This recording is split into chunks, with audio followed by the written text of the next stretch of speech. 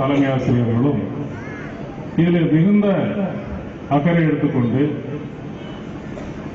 இந்த தேசிய வாக்காளர் தினத்தை சம்பந்தமாக பள்ளிகளிலே பேச்சு போட்டி, கட்டுரை போட்டி, ஓவிய போட்டி இது போன்ற பல்வேறு போட்டிகளை நடத்தி அதில் மாணவர்களை சிறப்பான மாணவர்களை தேர்ந்தெடுத்து இங்கு இந்த மேடையிலே பரிசு வழங்க அழைத்து வந்துள்ளார்கள்.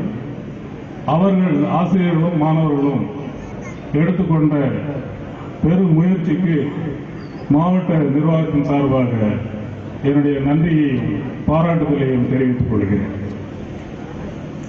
அடுத்ததாக இங்கு ஏற்பாடு செய்யப்பட்டுள்ள நிகழ்ச்சிகள் ஒவ்வொன்றும் மிகவும் ஒரு சிறப்பான ஒரு நிகழ்ச்சிகளாகும். முதலாவதாக வில்லுப்பாட்டம் என்கிறது மிகவும் ஒரு இனிமையான ஒரு நிகழ்ச்சி. பல கருத்துகள் பொதிந்துள்ள ஒரு நிகழ்ச்சி.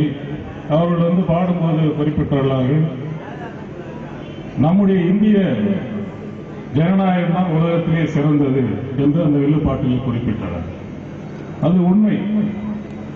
உலகத்திலே பார்த்தீங்கன்னா இது மாதிரியான ஒரு சுதந்திரமான ஒரு தேர்தல், ஒரு சிறந்த ஜனநாயகம் எந்த நாட்டிலுமே கிடையாது. அதை அவங்க குறிப்பிட்டாங்க. இன்னும் இந்த ஒரு நியாயமான தேர்தல் நடப்பதன் மூலமாக இன்னும் ஒரு வலுவான ஜனநாயகத்தை அமைக்க வேண்டும் என்பதுதான் இந்த வாசகம். கிரேட்டர் பார்ட்டிசிபேஷன், ஒரு ஸ்ட்ராங் டெமோக்ரஸி, இதுதான் நம்முடைய நோக்கம், தேர்தல் ஆணையத்தினுடைய நோக்கம். இதைதான் அந்த வில்லுப்பாட்டிலே அந்த பாடியவர்கள் குறிப்பிட்டார்கள். அடுத்ததாக ஒரு பெரியவர் நாட்டுப்புற பாட்டு பாடினார். அவருக்கு இந்த வயசுல கூட அவ்வளவு ஒரு இனிமையான ஒரு குரல் வளம், யாருடைய பலன் கூட போயிடுச்சு, இருந்தாலும் கூட ஒரு நல்ல ஒரு இனிமையான ஒரு நாட்டுப்புற பாட்டை அவர் நம்ம கிட்ட வழங்கினார். ஒரு தப்பாட்டம் நன்றாக இருந்தது. அடுத்ததாக மாணவர்களுடைய கலை நிகழ்ச்சிகள் ஒவ்வொன்றும் மிக அருமையாக இருந்தது. அதிலும் குறிப்பிட்டு சொல்ல வேண்டுமென்றால் அந்த கடைசி நிகழ்ச்சி தன்னுடைய குடும்பத்தில் உள்ள உறுப்பினர்கள் எப்படி வாக்களிக்க வேண்டும் என்பது ஒரு சிறிய மாணவர் மிகவும் அற்புதமாக நடித்து அவரே ஒரு இயக்கியது போன்ற அந்த நாடகத்தை மிகவும் சிறப்பாக செய்திருந்தார். அவருக்கு இந்த நிகழ்ச்சியின் சார்பாக நான் என்னுடைய பாராட்டுதலை தெரிவித்துள்ளேன். இது போன்ற இன்னும் பல்வேறு நிகழ்ச்சிகள் நிறைய நடக்க இருக்கிறது. நம்முடைய வட்டாட்சியர் தான் அதுக்கெல்லாம் தடை விதித்து இன்னும் நல்ல பரிசுகள் வழங்கிய பிறகு தொடர்ந்து நடைபெறும் என்று தெரிவித்துள்ளார்கள். அனைத்து நிகழ்ச்சிகளையும் நீங்கள் எல்லாம் கண்டிகளுக்கு செல்ல வேண்டும் என்று இந்த நேரத்தில் நான் கேட்டுக்கொள்கிறேன். அடுத்ததாக முக்கியமாக இந்த நிகழ்ச்சிக்கு வருவோம். இந்த தேசிய வாக்காளர் தினம் கொண்டாடுவது எதற்காக, தேர்தல் ஆணையம் எதற்காக, இதெல்லாம் பற்றிலாம் நம்ம முக்கியமா இந்த வாக்காளர் தினத்தை பற்றி நம்ம இதெல்லாம் தெரிஞ்சுக்கணும். இந்த நிகழ்ச்சியினுடைய நோக்கம் அப்படின்னு நம்ம பார்த்தோம்னா, முதலாவது 18 வயது பூர்த்தி அடைந்த அனைவரும் வாக்காளர் பட்டியலில் இடம்பெற செய்ய வேண்டும். கண்டிப்பாக இடம்பெற செய்ய வேண்டும். இதற்கு எல்லாரும் ஒத்துழைக்கணும். எல்லா பொதுமக்களும் உள்ள அத்தனை பேரும் ஒத்துழைச்சாதான் அந்த வாக்காளர் பட்டியல் சரியானதாக இருக்கு. ஒரு தாசில்தார் நினைச்சா முடியாது, ஒரு ஆசிரியர் நினைச்சா முடியாது. எல்லாரும் ஒரு ஆர்வம் இருக்க வேண்டும். நம்முடைய பட்டியல் வெளியிட்டிருக்கோம் 5/1/13 நம்ம வாக்காளர் பட்டியல், புகைப்பட வாக்காளர் பட்டியல் நம்ம வெளியிட்டோம். அதை நம்ம வெரிஃபை பண்ணிக்கணும். சில நேரங்களில் ஏதோ மிஸ்டேக் இருக்கலாம். நம்ம ஏதோ ஒரு நாள் ஊருக்கு போயிருப்போம், அன்னைக்கு பார்த்துருப்பாங்க, பேர் இல்லாமல் போயிருக்கலாம். இல்லை ஏதோ ஒரு கம்ப்யூட்டர் மிஸ்டேக் இருக்கலாம், அதனால பேர் விட்டு போயிடும். அதனால நம்ம ஒரு பொறுப்புள்ள குடிமகனாக நாம் வாக்காளர் பட்டியலை பார்த்து உறுதி செய்து கொள்ள வேண்டும். நம்முடைய பேர் இருக்கா அப்படின்னு. அது தவிர தேர்தல் நடக்கக்கூடிய நேரங்களில் அதற்கு முன்பாக சேர்த்தல் நீக்கெல்லாம் இருக்கும், சரிபார்ப்பாங்க வாக்காளர் பட்டியல். அப்போ நம்ம நோட்டிபிகேஷன் பண்ணுவோம். அட்லீஸ்ட் அப்பாவது நம்ம பார்த்துக்கலாம், நம்ம பேர் விட்டு போயிருக்கா, இருந்ததுன்னா உடனே மரம் கொடுத்து நம்ம சேர்க்கல. கடைசி நாள் வரைக்கும் சேர்க்கல. நம்ம ஆர்டிஓ சேர்ப்பார். ஆர்டிஓ தான் அந்த ரோலில் பேர் சேர்த்துக்கான அதிகாரி. அதனால வாக்காளர் பட்டியல் பெயர் இருக்கிறதா என்பதை நாம் வந்து உறுதி செய்து கொள்ளும். இதுதான் முக்கியமான ஒரு அவசியம் நோக்கம். தேர்தல் ஆணையத்தினுடைய நோக்கத்தில் இது ஒரு முக்கியமான ஒரு நோக்கம். அடுத்ததாக தேர்தல் நடைபெறும் பொழுது நியாயமாகவும் நேர்மையாகவும் எந்தவித அச்சுறுத்தலும் இன்றி சுதந்திரமாக வாக்காளர்கள் வாக்களிக்கிறார்களா என்பதை கண்காணிப்பது இந்த தேர்தல் ஆணையத்தினுடைய நோக்கம். இதற்கும் நம்ம வந்து எல்லாரும் வந்து சரியாக ஒத்துழைக்க வேண்டும். அதிகாரிகள் சொல்வதை கேட்டுக்கொள்ள வேண்டும். இப்போ நிறைய நடிச்சு காட்டினாங்க, எது இருக்கணும், எப்படி இருக்கணும், எப்படி இருக்கக்கூடாதுன்னு நிறைய சொல்லி காட்டினாங்க. இப்போ நம்ம தேர்தல் நாளுக்கு நம்முடைய கடமை என்ன? போய் வாக்களிப்பது, தவறாமல் வாக்களிக்க வேண்டும். ஸோ முன்ன விட இப்போ கொஞ்சம் முன்னேற்றம் பரவாயில்லை. முன்னாடி எல்லாம் வந்து பழைய கடந்த காலங்களில் பார்த்தோம்னா நமக்கு வந்து வாக்களிப்பவர்களுடைய சதவீதம் வந்து ஒரு 45% 50% தான் இருந்தது. ஆனால் இப்போ வந்து 95-96% சில வாக்குச்சாவடிகளில் 99% கூட நம்ம பார்த்துருக்கோம். ஸோ அந்த அளவுக்கு மக்களிடையே வந்து இந்த வாக்களிப்பதனுடைய அவசியம், முக்கியத்துவம், விழிப்புணர்ச்சி வந்து ரொம்ப முன்னேற்றம் உள்ளது. அடுத்ததாக தேர்தல் நல்லபடியா என்ன பிரச்சனை எல்லாம் நடக்கிறது, எல்லா பொதுமக்களும் வந்து ஒத்துழைக்க வேண்டும். இந்த தேர்தல் காலங்களில் பார்த்தீங்கன்னா இந்த தேர்தல் நடத்தக்கூடிய துறையில் இருக்கக்கூடிய அலுவலர்கள் அவ்வளவு கஷ்டப்படுவாங்க. அந்த நோட்டிபிகேஷன் டேட்ல இருந்து அந்த ரிசல்ட் அனௌன்ஸ் பண்ற வரைக்கும் அந்த தேர்தல் நடத்தும் அலுவலர்கள் வந்து படக்கூடிய கஷ்டம் எவ்வளவுன்னு சொல்ல முடியாது. நம்ம வந்து ஈஸியா போறோம், போயிட்டு ஓட்டு போட்டு வந்துடும்.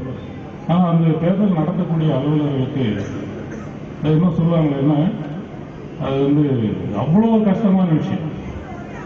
அவங்க வீட்டில் அவங்க பொண்ணுக்கு கல்யாணம் பண்ணா கூட அவ்வளவு கஷ்டப்பட மாட்டாரு இந்த நம்ம தாசில்தார் புண்ணியக்கோடி. அவ்வளவு கஷ்டம் இருக்கு. இப்போ தேர்தல் நடத்துறதுக்கு என்னென்ன தேவைன்னு உங்களுக்கு தெரியும். ஒரு சரியான வாக்காளர் பட்டியல் வேணும், எலக்ட்ரானிக் ஓட்டிங் மிஷின் வேணும், அதை வந்து தேர்தல் நடத்துறதுக்கு நம்ம ஆபீசர்ஸ் வேணும், போலிங் ஆபீசர்ஸ் வேணும், கவுண்டிங் ஆபீசர்ஸ் வேணும். ஸோ இந்த மாதிரியான ஒரு நிறைய பலவிதமான கஷ்டங்கள். ஸோ இதெல்லாம் புரிந்து கொண்டு பொதுமக்கள் வந்து தேர்தல் நடத்தக்கூடிய துறைக்கு வந்து ஒத்துழைப்பு அளிக்க வேண்டும். எனக்கு வந்து இதில் நிறைய அனுபவம் உண்டு. இந்த வருவாய்த்துறையில் ஏறக்குறைய நான் பல தேர்தல் நடத்தியவில்லை. அவ்வளவு கஷ்டப்பட்டேன். ஒரு முறை வந்து பழவேற்காடு ஏரின்னு ஒன்று இருக்கு, மெட்ராஸ் அந்த பக்கம் புலிக்கேட்டிலே. அங்கே வந்து என்ன ஜோனல் ஆஃபீஸராக போட்டிருந்தாங்க. வழக்கமாக என்ன போட்டுருவாங்க, ஏன்னா அது ஒரு கஷ்டமான இடம். இந்த புலிக்கேட்டு லேக்கை தாண்டி தான் மற்ற ஒரு 15 பூத்து இருக்கும். நடந்தெல்லாம் போக முடியாது, போட்ல தான் போகணும். அந்த மாதிரி இடத்துக்கு தான் நம்மளை போடுவாங்க வழக்கமா. ஒரு முறை அந்த மாதிரி போகும்போது என்னாச்சுன்னா, தேர்தல் அலுவலர்கள் வந்து எல்லாம் முடிச்சுட்டு எல்லாம் பூத்து எல்லாம் கோல்டு பாக்ஸ் எல்லாம் கலெக்ட் பண்ணி கோணியில் போட்டு கட்டி வந்து ஓட்டு ஏறத்துக்காக நாங்கள் வரோம். அப்போ வந்து இந்த தேர்தல் டியூட்டி பார்க்கக்கூடிய பார்த்த அலுவலர்கள் அதில் சில பெண்மணிகளும் இருந்தாங்க. ஆனால் நைட்டு வந்து 12:01 ரொம்ப கஷ்டப்பட்டு நிற்கிறாங்க, கரைக்கு அந்த பக்கம் நிற்கிறாங்க. எப்படி நம்ம உங்களை விட்டுட்டு போறது? நைட்ல போய் லேடிஸ் இந்த மாதிரி விட்டு போறோம். நான் இருக்கேன், எஸ்ஐ இருக்காரு கூட, எனக்கு கூட டியூட்டி வந்து எஸ்ஐ இருக்காரு. அப்புறம் பாக்ஸ் எல்லாம் ஏற்றணும். ஏற்றிட்டு சரி இவங்களை எடுத்துட்டு அந்த பக்கம் விட்டுருவோம்னு சொல்லி அங்கே டியூட்டி பார்த்த ஒரு 10 பேர் அந்த போட்டில் ஏற்றிக்கிட்டு இருந்தாங்க. ஏற்றிட்டு வரும்போது பார்த்தா ஒரு பாதி தூரம் தான் வந்துடும். பார்த்தா போட்டில் தண்ணி வர ஆரம்பிச்சு. எல்லாம் போல்டு பாக்ஸ் இருக்கு, வாக்களித்த பெட்டிகள்லாம் இருக்கு. போட்டில் தண்ணி வர ஆரம்பிச்சு. சரி ரொம்ப ஓவர் வெயிட்டு, கொஞ்சம் இறங்குங்க அப்படின்னு பார்த்தா யாரும் இறங்க மாட்டேங்க. கீழே இருட்டு, 1 மணி இருட்டு, தண்ணியில் ஆற்றுல வந்து சரி வேற வழி இல்லைன்னு சொல்லி அப்புறம் நான் அந்த எஸ்ஐ கிட்ட சொன்னேன், இவங்க யாரும் இறங்க மாட்டாங்க, நம்ம ஆற்றுல இறங்கிடுவோம்னு சொன்னேன். அதுக்கப்புறம் நானும் எஸ்ஐயும் ஆற்றுல இறங்கி அந்த போட்டை வந்து தள்ளிட்டோம். ஆற்றுல நடு ராத்திரியில் அந்த போட்டை வந்து தள்ளிட்டோம். நான் இறங்கத்தை பார்த்து அதுக்கப்புறம் அங்கே இருக்கக்கூடிய அந்த டியூட்டி பார்த்த அந்த ஆஃபீஸர்ஸ் எல்லாம் கொஞ்சம் பேர் அதுலேருந்து கீழே இறங்கி அந்த போட்டை, எங்களை தூக்கிட்டு வர போட்டை நாங்கள் போய் போட்டை தூக்கிட்டு வந்து மறுகரையில் கொண்டு வந்து சேர்த்து அந்த கோல்டு பாக்ஸ் எல்லாம். அவ்வளோ சிரமம். தேர்தல் நடத்தக்கூடிய அலுவலர்கள் அந்த கஷ்டத்தை வந்து நீங்க புரிஞ்சுக்கணும். அதுதான் ஒரு முறை இந்த கீப்பல்லூர், நம்ம இங்க பக்கத்துல தான் அரியலூர் மாவட்டம், அங்க வந்து கவுண்ட் பண்ணிட்டு இருக்கோம். அவர் பஞ்சாயத்து பிரசிடென்ட் எலெக்ஷன் வந்து கேண்டிடேட்டு முன்னே இருந்தார். இல்லை ஓட்டெல்லாம் இருந்தபோது கடைசி நேரத்துக்கு வந்துருச்சு. அவர் வந்து கடைசியா அவர் தோத்துருவாருன்னு உறுதி ஆயிடுச்சு. அவர் என்ன பண்ணாருன்னா, அவர் எப்படி அனுப்பிச்சாங்கன்னு தெரியல, உள்ள செக்யூரிட்டி எல்லாம் ஒரு பெரிய ஒரு வீச்சர் மேல உள்ள இருந்து எடுத்துட்டாரு. நீங்க எப்படி என்றீங்க நான் பாக்குறேன், ஆச்சாரத்துன்னு எண்ணக்கூடாதுன்னு சொல்லி உடனே எல்லா ரகலும் எல்லா பேப்பரையும் ஓட்டிங் பேப்பர் எல்லாம் அப்படி கிழிச்சு நரன்னு கிழிச்சு இழுத்து பின்ன அவர் இஷ்டத்துக்கு ஒரு மனநிலை பாதிக்கப்பட்டவர் போல அவர் வந்து அது மாதிரி பண்ணார். அது எங்க கவுண்டிங் சூப்பர்வைசர் கொஞ்சம் அறிவாளி. அவர் வந்து அந்த கவுண்டிங் பேப்பர் டேப்லேஷன் வந்து நல்ல வேலை டிராயர்ல பத்திரமா வச்சிருந்தார். அவரால் யாரையும் உள்ள எல்லாரும் வெளியே, அவரை நாங்கள் என்ன பண்ணிட்டோம், அவரை மட்டும் உள்ள வச்சுட்டு வெளியே கதவை போட்டுட்டு வெளியே வந்து அதுக்கப்புறம் போலீஸ் எல்லாம் வந்து இறங்க மாட்டேங்கிறார். மேலே போய் உட்காந்துட்டார். அப்புறம் உள்ள இறங்க மாட்டேங்கிறார். போராடி அப்புறம் அந்த ஆளை கூட்டிட்டு வந்து அப்புறம் வேற போலீஸ்ல பேர்ல நடவடிக்கை. இது நான் சொல்றது ஒரு சிலது மட்டும்தான். இந்த மாதிரி ஒரு 1000 கதை இருக்கு என்கிட்ட. அவ்வளவு கஷ்டம் தேர்தல் நடத்துறதுன்னா. சில நம்ம ஆசிரியர்கள் வந்து சில பேர் விருப்பமா செய்வாங்க. ஆனா சில பேர் வந்து அந்த கேன்சல் பண்றதுக்குன்னே ஒரு பெரிய சிபாரிசு கொண்டு வருவாங்க. எப்படி நாங்க எப்படி வேலை பார்க்கறது? நம்ம வேலை செய்யறது நீங்க 2 நாள் தான். ஆனா நாங்க வந்து 3 மாசமா ராத்திரி பார்க்கல, சாப்பாடு இல்லாம கஷ்டப்படுறோம். அரசு அலுவலர்கள் வந்து கொஞ்சம் புரிஞ்சுக்கணும்.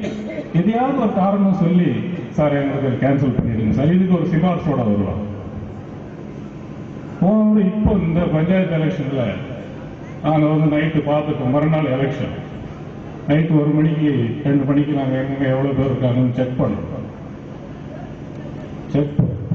செக் பண்ணி பார்த்தா ஏறக்குறைய 500 வாக்குச்சாவடி அலுவலர்கள் வரவில்லை. வாக்குச்சாவடி மாவட்டம் முழுக்கும்.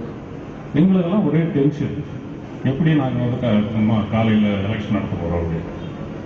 அதுக்கப்புறம் ஓவர் நைட்டா எல்லாம் ஒவ்வொருத்தருக்கா போன் பண்ணி எல்லா இடத்துக்கும் ஜீப் அனுப்பிச்சு இருக்கிற ஆளுங்கெல்லாம் எங்கெங்க இருக்காங்களோ எல்லாம் போட்டுட்டு வந்து அதுக்கப்புறம் காலையில் 7 மணிக்குள்ள எல்லாரையும் இதுல ஒரு 500 பேர் நடுராத்திரி 1 மணிக்கு போய் தேடி பிடிச்சிட்டு வந்து பணியில் அமுத்துறதுன்னா சாதாரண விஷயம் கிடையாது. இந்த மாதிரியான ஒரு நிகழ்ச்சியெல்லாம் ரொம்ப கஷ்டப்படுறோம். அதோட வேடிக்கை என்னன்னா, நாங்க வந்து நிறைய கிளாஸ் எடுக்கிறோம் தேர்தல் எப்படி நடத்துறது. அப்போ வந்து கிளாஸ் எடுக்கும்போது யாரும் கவனிக்க மாட்டாங்க. ஆனா தேர்தல் நேரத்தில் ரொம்ப பதட்டமாயிடுவாங்க. விறுவிறுப்பும் ஆகும் அந்த பாக்ஸை செட் பண்றது. ஏன் அது கொஞ்சம் படிக்கலாம், கிளாஸ் நடக்கும்போது தெரிஞ்சுக்கலாம். ஆனா ரொம்ப எங்களுக்கெல்லாம் வந்து அவ்வளோ சிரமமா இருக்கும். ஒரு பூத்தை நான் இன்ஸ்பெக்ட் பண்ண போயிட்டு இருந்தேன். அவர் வந்து வரவானா சொன்னாரு, சார் என்ன சார் இது வந்து இந்த மை வச்சிங்க, அது சரியா இல்லை, படிச்சா போயிடுது அப்படின்னாரு. எனக்கு டவுட், எப்படி போகும்? போகவே போவாது. அது வந்து 100% உறுதியாக. அப்புறம் நான் போய் உள்ள போய் பார்க்கிறேன், அவர் வந்து நம்ம இந்த ஸ்டாம்ப் பேடுக்கு இங்கு வருது இல்ல, அந்த இங்கு வச்சுட்டு இருக்காரு. எவ்வளோ இந்த மாதிரி நிறைய கதை இருக்கு. அதெல்லாம் சொன்னா வெடிஞ்சிடும். அதெல்லாம் வேண்டாம். நான் என்ன சொல்ல வரேன்னா, அந்த அளவுக்கு ஒரு நல்ல தேர்தல் ஒரு சுமூகமா எந்த பிரச்சனையும் இல்லாம நல்லபடியா பண்ணணும் அப்படின்னு சொன்னா எல்லாருடைய ஒத்துழைப்பு வேணும், எல்லா அரசு அலுவலர்களுடைய ஒத்துழைப்பு வேணும், எல்லா பொதுமக்களுடைய ஒத்துழைப்பு வேணும். இருந்தால்தான் ஒரு நியாயமான தேர்தல் ஒரு நியாயமான முடிவு அறிவிக்கப்படும். அதற்கு எல்லாம் நீங்கள் எல்லாம் ஒத்துழைக்க வேண்டும் என்ற இந்த நேரத்தில் நாம் எல்லாம் வேண்டி விரும்பி கேட்டுக்கொள்கிறேன். ஒரு சிறப்பான நிகழ்ச்சியை நம்முடைய வட்டாட்சியர் ஏற்பாடு செய்துள்ளார். நம்மளுடைய நல்ல நியாயமான தேர்தல் நடப்பதற்கு அவசியமானது வாக்காளர் பட்டியல். வாக்காளர் பட்டியலில் முன்னாடிலாம் ஆள் மாறாட்டெல்லாம் இருந்தது, இப்பெல்லாம் யாரும் பண்ண முடியாது. இப்போ வாக்காளர் பட்டியலையும் புகைப்படம் இருக்கு. அது இல்லாம தேர்தலுக்கு முதல் நாளே நம்ம அந்த புகைப்பட வாக்கு சீட்டு நமக்கு கொடுக்குறோம், ஒவ்வொரு வீட்லையும் போய் கொடுக்குறோம், ஒவ்வொரு கேண்டிடேட்டுக்கும் நம்ம போய் கொடுக்குறோம், அதுல போட்டோ இருக்கு. அது இல்லாமல்லாம் போன உள்ள ஓட்டு போட முடியாது. அதனால இப்ப வாக்காளர் பட்டியல், புகைப்பட வாக்காளர் பட்டியல் பெரும்பாலும் மிகவும் சரியாக தயார் செய்யப்படுகிறது. அதனால இப்பெல்லாம் அந்த மாதிரி எல்லாம் பண்ண முடியாது. அதே மாதிரி ஓட்டிங் மிஷின்ல போய் யாரும் என்ன பண்ண முடியும், யாரும் ஒன்றும் செய்ய முடியாது. இப்ப கூட தேர்தல் ஆணையம் என்ன பண்ணிட்டு இருக்காங்கன்னா, ஓட்டு போடும்போதே அதுல ஒரு சீட் எக்கனாலஜ்மெண்ட் அவங்களுக்கு ஓட்டு போட்டவங்களுக்கு கொடுக்குற மாதிரி தயார் பண்றதுக்கு அது ஏறக்குறைய கடந்த பல ஆண்டுகளாக அதை நினைச்சிட்டே வராங்க. இப்போ கூடிய சீக்கிரம் அந்த ஒவ்வொரு ஓட்டு போடுறதுக்கு அடையாளமா ஒரு ஒப்புகை சீட்டு வழங்குறதுக்கான பணி தேர்தல் ஆணையத்தில் நடைபெற்று வருகிறது. நீங்களாம் பத்திரிகையில் படிச்சிருக்கீங்க. அதனால மிகவும் சரியான ஒரு நேர்மையான சுதந்திரமான ஒரு தேர்தல் நடத்துவதற்கு நம்முடைய தேர்தல் ஆணையம் மிகவும் முக்கியத்துவம் கொடுத்து அதற்கான வேலைகளை செய்து வருகிறது.